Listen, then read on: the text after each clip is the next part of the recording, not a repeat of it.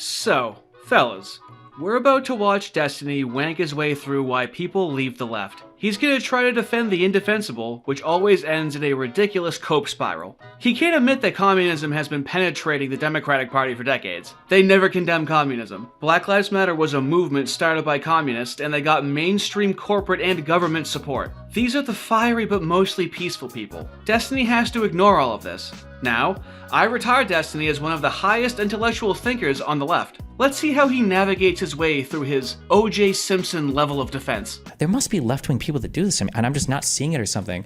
But these right-wing people are so good at like organizing stuff and doing stuff in the real world. Like this guy has this whole ass debate league with all these high schoolers from different schools around the state and the country, I think. It's so annoying how good right-wing people are at like organizing stuff. And I feel like, I feel like left-wing people don't organize as much. But I have a thing for this. Dude, when you say the right is so good at organizing stuff and the left isn't, for the rest of the conversation, however you're trying to trash the right is going to look like absolute cope. That's just a fundamental characteristic of being a coherent political party, is being able to organize events and have them be productive. And it's 2025, it's the current year. And Destiny's like, whoa. What is this shit they're doing? They're getting along and forwarding a culture of debate? And then Destiny's like, this must be happening on the left, and I'm just not seeing it. There must be left-wing people that do this, and I'm just not seeing it or something. Well, you attempted that, Destiny, with David Pakman, who dropped off of a show because you were on it. And you tried to do the whole Steven Crowder thing yourself. We've made a justification for an evolutionary biologist to not talk about evolutionary biology because it's, like, insensitive. No. He's free to talk about it, but I'm also free to scrutinize the implication by which, like, why is he demanding it? This is now the time to bring it up. Well, because people want him to have a conversation about, like, race and stuff, right? So wouldn't this be, if he was ever going to do it, like, that would be... I think it's a little bit unfair to characterize it as, like, people just want to have a discussion about race. Like, that's true. They didn't want to have a discussion about race. They wanted to force white people off the campus using social pressure. I don't see a problem with telling those people, yo, shut the f- up. Like, because you don't have any interest in actually engaging in a debate. If someone's out there and saying, trans people should be genocided, and you shoot that person and you take that person off the face of the earth, I don't think that's inherently a bad thing. Charlie Kirk, Ben Shapiro, Steven Crowder, whatever you think about them, they have gone out into the world and recorded their debates with college kids and professors at these colleges and non-students as well. They're open for questioning, they are ready to debate, they are fundamentally sound in their opinion. And Destiny has tried to do this himself, and he's acting like he never knew of any attempt from the left of trying to do anything similar, even though he's been involved with it. But now let's move on to Destiny acting incredibly deep while saying absolutely nothing. It's truly incredible. I've spoken about two different things. The right in the United States of America. Okay, there is this thing called politics. Okay, so one thing that I've said is the right is very much, politics. The right is very much concerned with politics. So politics is like, in my mind, politics is the acquisition of political power.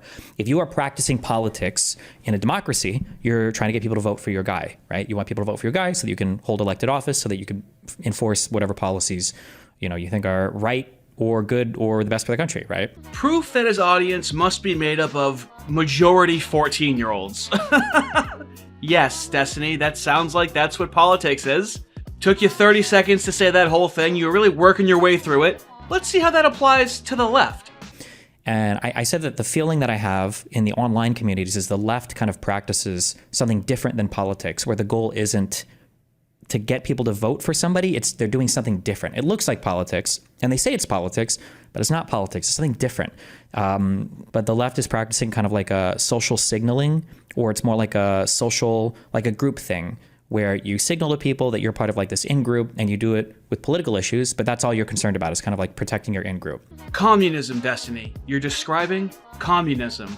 That's where the purity comes from, and there's no enemies to the left. You just keep going further and further left, and then if you're further right at all, they condemn you and scold you. So what you're describing is, I mean, they say they're communists. The largest leftist political streamer, Hasan Piker, is a communist. He's gone on Theo Von. He's talked to AOC and Bernie Sanders, who are socialists, which is communist. Are you trying to not see it? Okay, so that's the criticism of the left. Let's see what the criticism of the right is. One thing that I noticed, because my friend who is so original made the 4 millionth joke to me that people have made, where they're like, oh, hey, well, if your shit gets like super you can always just do a why I left the left thing and become a Christian and join the right. And then we're kind of talking about this back and forth. And then this topic comes up of like, why? Like, why? Why are the right so forgiving of everything? Like, why is it that the right can, take people back or not hold people to this like high standard of behavior, whatever, and the left does it? And then I realized, I don't think I've ever had this revelation before. This never clicked me on stream before. But I realized why, and the answer is really obvious. The answer is because the right is not interested in purity testing. I think I was close before to understand this when I said, well, they do purity tests, but they purity test around voting for the candidate. The reason why the right doesn't purity test is because the goal of the right is to practice politics. All the right wants to do, fundamentally, is win elections. The left does not want to win elections, or at least the far left or the left online people. Their goal is not to win elections. Their goal is something different. I don't know what it is. Revolution, Destiny. The far left is communist. What is the far left if not communist? They want revolution. That's why they go outside of democracy while calling it democracy. They say they're protesting while enacting political violence.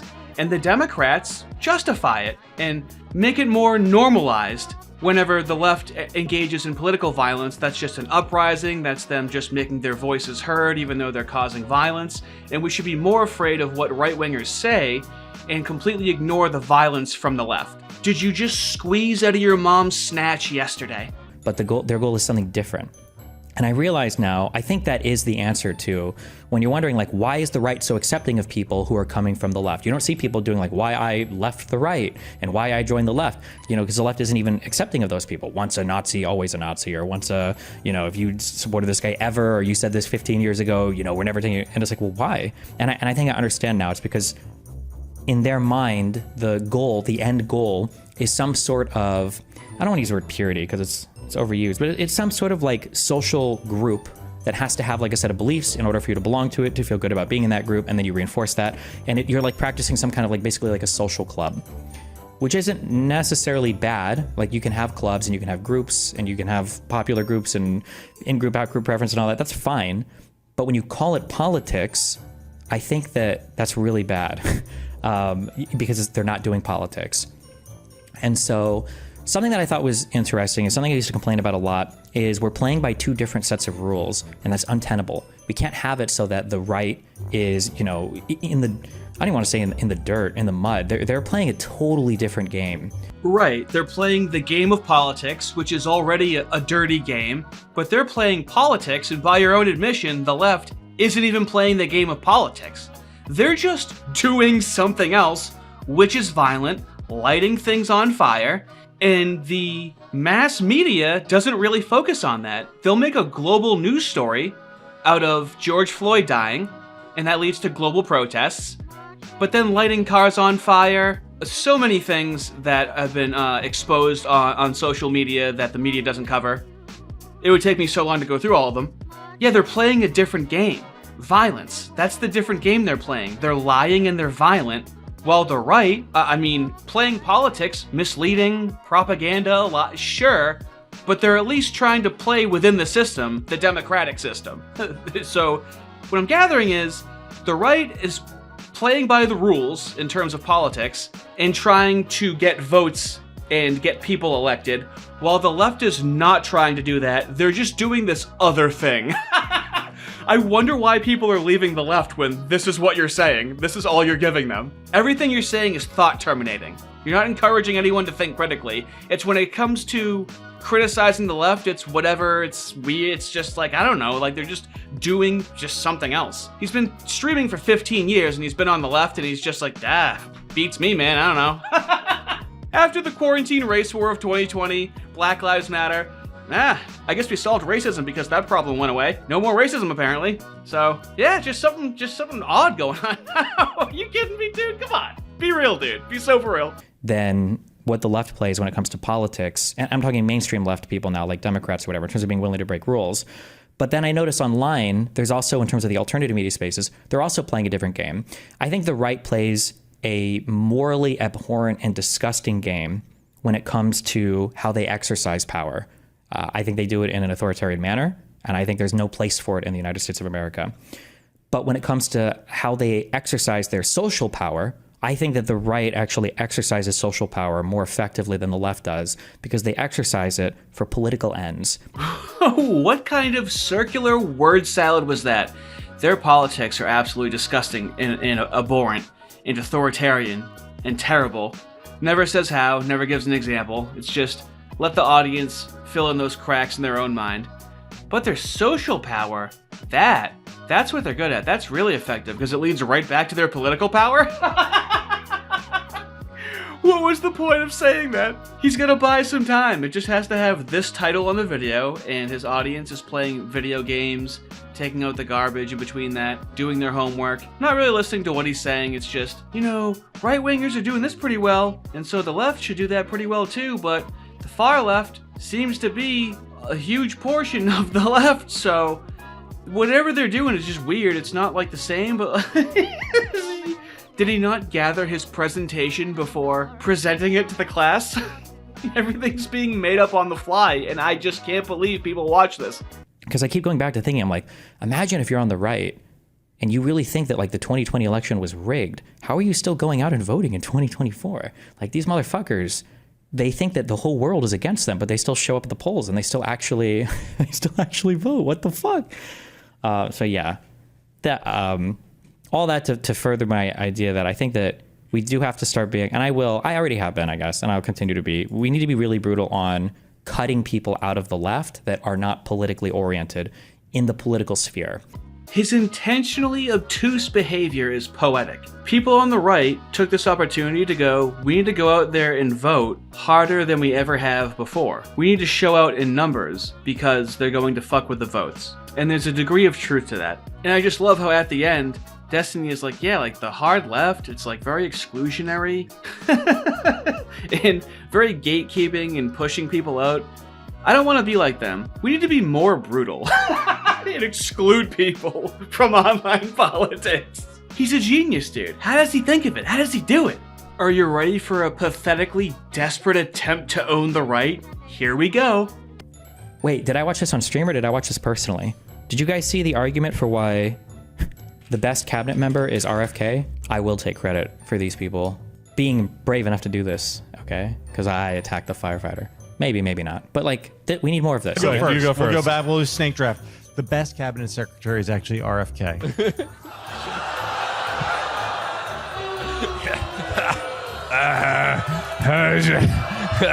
JBL.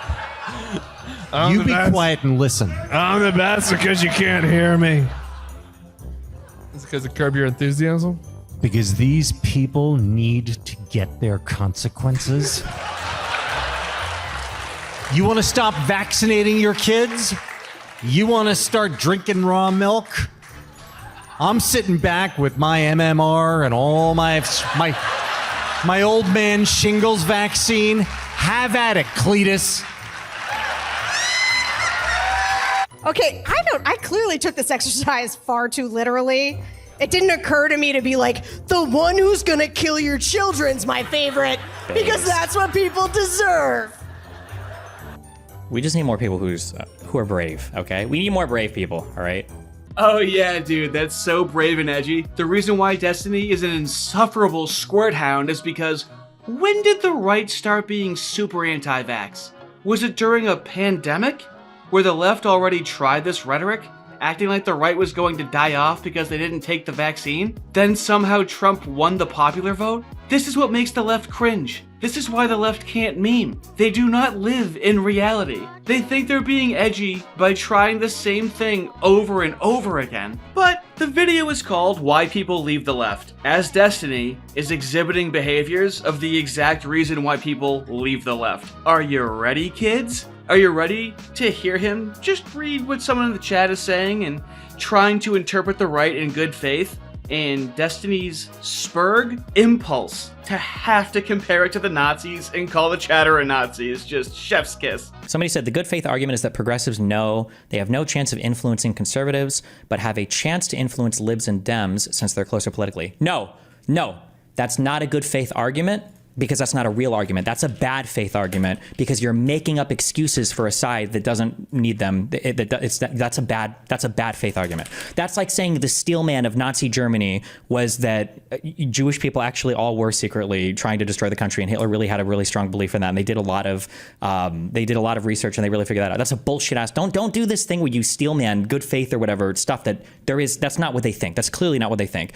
That's not true, and that's not what they're doing. And when you give that charitable interpretation, you are a Nazi. You're just as bad as them, and you should feel bad for doing that. That's not what they do. That's not what they do. It's just not what they do.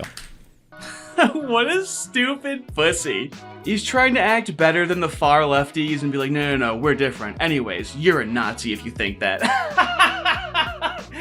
You can't write it. You can write it. It would just be not believable and trite and cliche because it's what they do over and over and over again. But he's about to bring up COVID from a chatter, and we're gonna smoothly begin to end this video with going into one of my favorite things that I never get to talk about, is the hilarious COVID data around the world to give you a clearer picture of why our numbers are so high. I feel like the consequences shit doesn't even matter, though. Look at COVID. It's not like anyone looked at the deaths in America compared to other countries and said, maybe Trump was going on lockdown or they got. I agree with you that these are all problems as well. So they don't look at the COVID deaths in other countries and look at the deaths that we had in the United States and think, wow, Trump did a bad job during lockdown. We're not even going to go into the Biden administration. We're not being political at all whatsoever. We're just going to go into the data.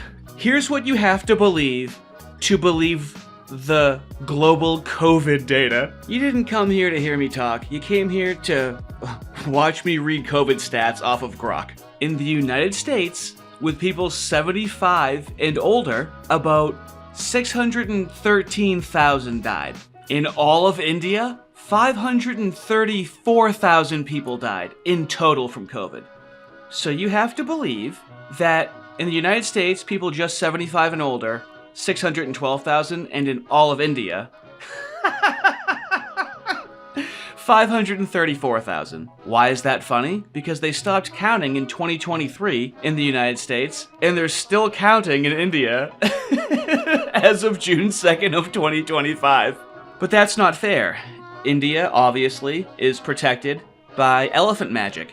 So let's go to a place not protected by elephant magic. I'm talking about the place where the uppity blacks instinctively flock like the salmon of Capistrano. I'm talking about a little place called Africa. As of November 18th, 2022, Africa recorded 258,000 COVID deaths. They really just stopped reporting pretty early, but I guess that's an unfair comparison. I mean, what would you say to that? That they're too black and stupid to know how to count? That was it. That was it across the entire continent. Can you believe that? The United States had more people 75. The United States had over twice the COVID deaths of people 75 and older than all of Africa. Why do you think that's strange? Wrong question. Here's how it's wrong. Let's see how the news covered COVID in the United States and which race of people had a higher per capita of getting COVID. MSNBC. When COVID hit black Americans hard, too many white Americans shrugged. Well, they are a shruggable bunch. The higher rates of infection and death weren't the result of anything black people, capital B black people had done to make ourselves sick. They were an example of how systemic racism plays out in our lives. Yeah, when the racism goes away, like in Africa, there's slaves, but there's no racism. Then the COVID goes away. Incredible. It's so magical. So let's end it here. I am now laying down on my back, throwing my legs behind my head, and you can eat my butt if you believe those numbers. I've seen my butthole in the mirror. I wouldn't want to go a single round with that guy. But here's the good news. You don't have to eat my butt, because you can think critically as to how methodologically flawed these numbers have to be. Who's ready for the world's most cruel Illuminati, World Economic Forum 1350 prank to ever possibly exist? The combined population of Europe and the United States is estimated to be approximately 1.08 billion people. Global population is estimated to be around 8.23 billion people. According to my calculator, that's right around 13% of the population. Official global COVID deaths? Right around 7 million. Official COVID deaths in the United States and Europe? Right around 3.4 million. And my calculator tells me that's right around 50%. So 13% of the global population was responsible for just about 50% of the COVID deaths. Turns out, the United States and Europe are blacker than we thought. Have a good one.